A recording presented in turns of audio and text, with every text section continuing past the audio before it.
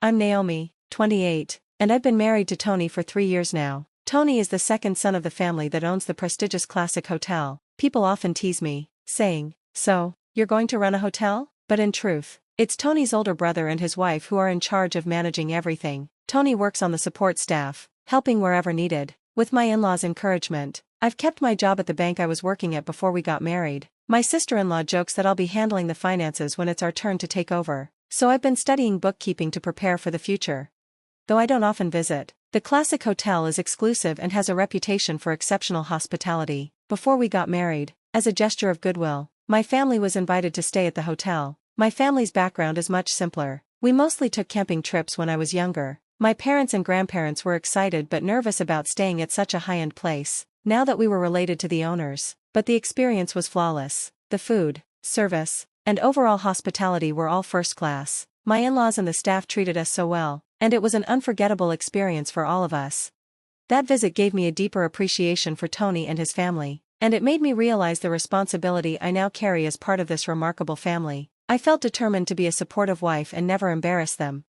However, my brother Tom saw our connection to the hotel in a different light, always one for ambition and impressing others. He seemed to enjoy flaunting his new family ties. After my wedding, my in-laws invited us back to the hotel to enjoy their famous steak. While my parents remained their usual humble selves, Tom started to push boundaries. He began demanding room upgrades and additional dishes at meals, even ordering drinks that weren't included. He would tell the staff, "I'm a relative of the owners. Don't you recognize this person?" while pointing at me.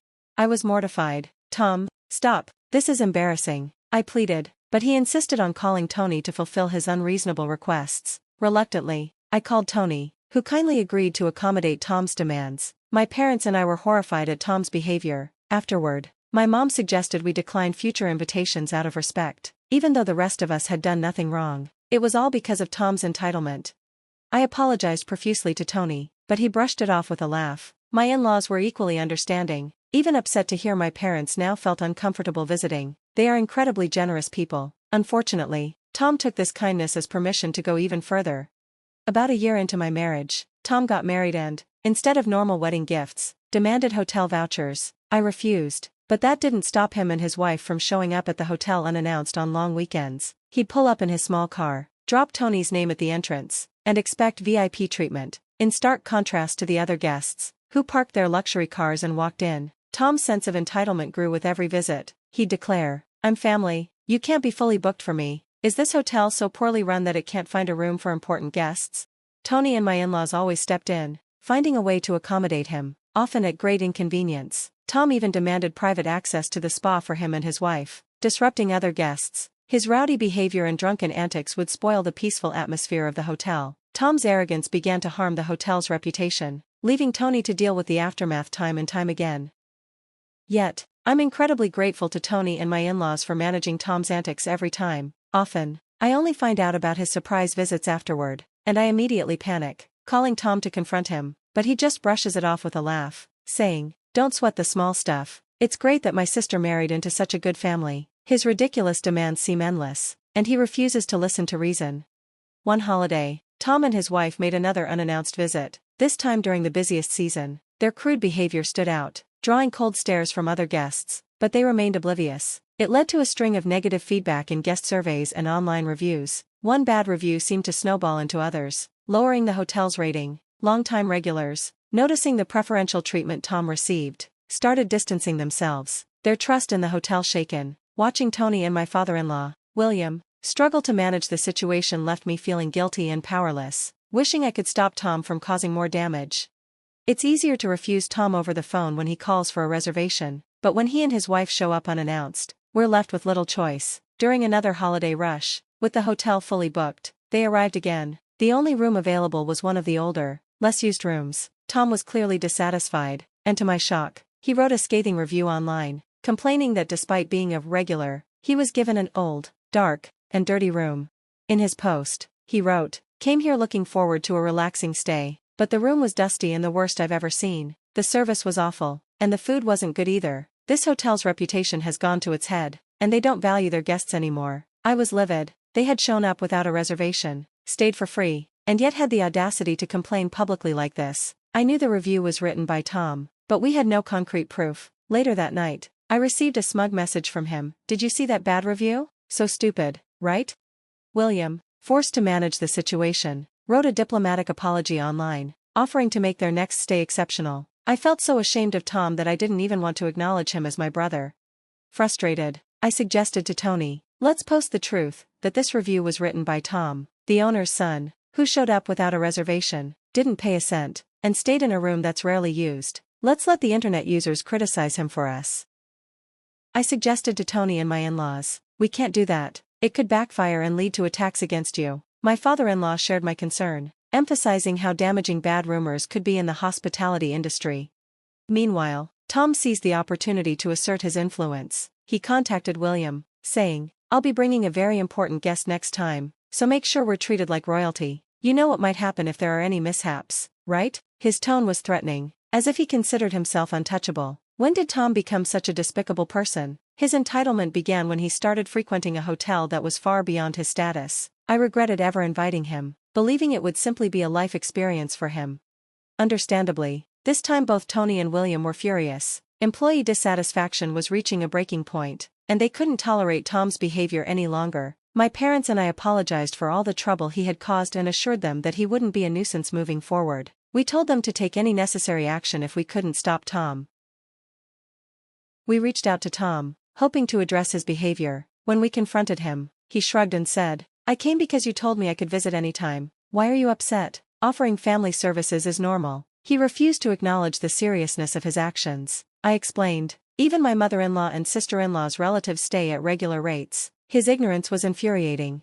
Ignoring our concerns, Tom and his wife brought the president of a client company to the hotel, apparently intending to impress him. The audacity. The president was accompanied by their spouse and daughter's family. Tom was thrilled, believing he could secure a contract through this encounter. I secretly observed as Tony had requested, but I felt like grabbing Tom by the collar and tossing him out.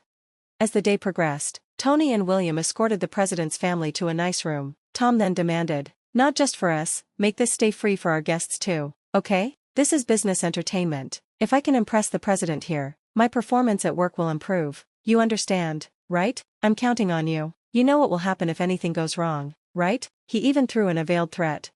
The Tom I used to know was ambitious yet grounded. When did he become someone who resorted to threats? I considered involving the police, but Tony and William reassured me, saying, Naomi, it's not your fault, just act normally. Trusting their judgment, we decided to see how things would unfold.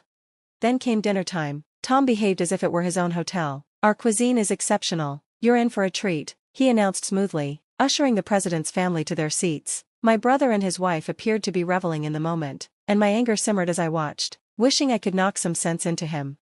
The first course served was an aperitif. The glasses were beautiful, but the contents were cheap liquor. They toasted and enjoyed themselves, but Tom seemed oblivious to the bland taste. Meanwhile, the president's family, though puzzled, continued to chat amiably.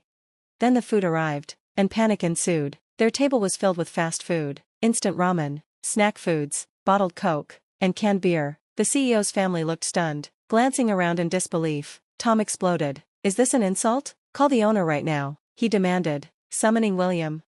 William and Tony approached calmly. Yes, how can we help you? William asked, maintaining composure. This was the expected turn of events, wasn't it? Tom raised his voice, drawing attention from the other guests. What's this food? Are you joking? Bring out the real dishes.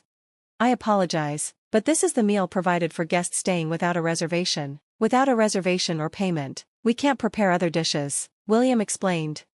Caught off guard by being publicly outed for freeloading, Tom stammered, glancing sideways at the president's family. They were staring at him with cold, disapproving eyes. Then William delivered the final blow, addressing the CEO directly. I don't know what this gentleman told you to invite you here, but he frequently stays without paying, using his distant relation as an excuse. That would be tolerable, but he's also been posting harmful reviews on our website, damaging our business. Since he's staying for free today, we regret that this is the only meal we can offer, William said, trying to salvage the situation with a polite smile. Revealing the truth to the CEO, Tom turned pale. The CEO looked at Tom, his expression stern. Is what I just heard true? No, free stay? I never meant for something like that, Tom stammered, caught completely off guard by this unexpected twist. I've lost my appetite for dinner, I'll be leaving now, and I'll need to reconsider our future business dealings, the president announced. He stood up, ignoring Tom's desperate pleas to wait, and exited the dining area with William. "Wait, please, President, it's not what it looks like," Tom protested, but his attempts to stop them fell on deaf ears. Left behind, he and his wife slumped in defeat, the weight of their failure heavy upon them. Scornful glances from other guests pierced through the air as they lingered without paying. Whispers filled the room. "I can't believe it, unforgivable. Maybe they're the ones who wrote that bad review on the website." The noise escalated, disrupting the once pleasant atmosphere. Tony and the staff moved swiftly to escort Tom and his wife out. "You ruined my business entertainment. What will I do if the deal falls through?" Tom shouted, his frustration echoing through the dining area. "Calm down, or we'll have to call the police," Tony warned, finally silencing him. "To apologize for the inconvenience, I asked the chef to prepare complimentary dishes for each guest. It was unfortunate they had to endure such unpleasantness during their stay." As the angry corporate president gathered his belongings and left, Tom followed suit, unable to protest further under the threat of police involvement. A few days later, the CEO visited Tom's company, and Tom went pale upon seeing him in his office. "The other day, I wanted to discuss something with you," the corporate president said, prompting Tom to plead. "Please forgive me, I'm terribly sorry." "What exactly are you sorry for?" the CEO inquired.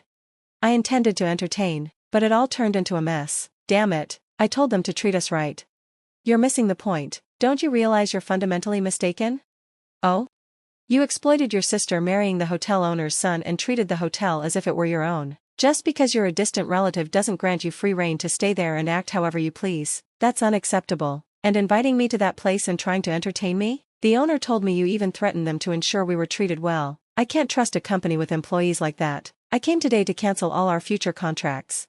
Tom's superiors looked on in shock. "Wait, please, is this true?" they asked. "Every word is true. I've known the hotel for a long time, and he confided in me about a troublesome relative taking advantage of his family's establishment. I had no idea it was one of your employees until I was invited for this entertainment. What I witnessed was appalling. We're very sorry. We'll remove him from his current role. Please reconsider the business relationship," Tom's company pleaded. The CEO had been monitoring Tom's behavior at the hotel, observing how he threatened Tony and the rest. They were well aware of Tom's previous actions, as William had kept them informed. Given the circumstances, it was no surprise they decided to reconsider their business ties. Tom was demoted from his sales role and reassigned to a less critical support position with little responsibility. News of his freeloading quickly spread within the company, creating an uncomfortable work environment for him. "My parents and I decided it was best to cut ties with Tom. They made him vow never to approach the hotel or our family home again and had him sign a written pledge. We also asked Tony to bill Tom for all his unpaid stays, which totaled a substantial sum." Tom pleaded for a payment plan, clearly overwhelmed by the financial burden. Meanwhile, the hotel benefited from the CEO's support. He was quite well known and praised our establishment in an interview, calling it a wonderful place. His endorsement and assurance to his contacts that the negative reviews online were unfounded attracted a wave of distinguished guests to the hotel. The contrast between the negative online reviews and the actual experience at our hotel became a hot topic, with Tom's reviews ironically drawing in more customers. Our hotel was consistently fully booked, especially on weekends. "Lately, I've been helping out with accounting and managing the front office. It's all new to me, but I find it fulfilling to contribute to our guests' wonderful experiences."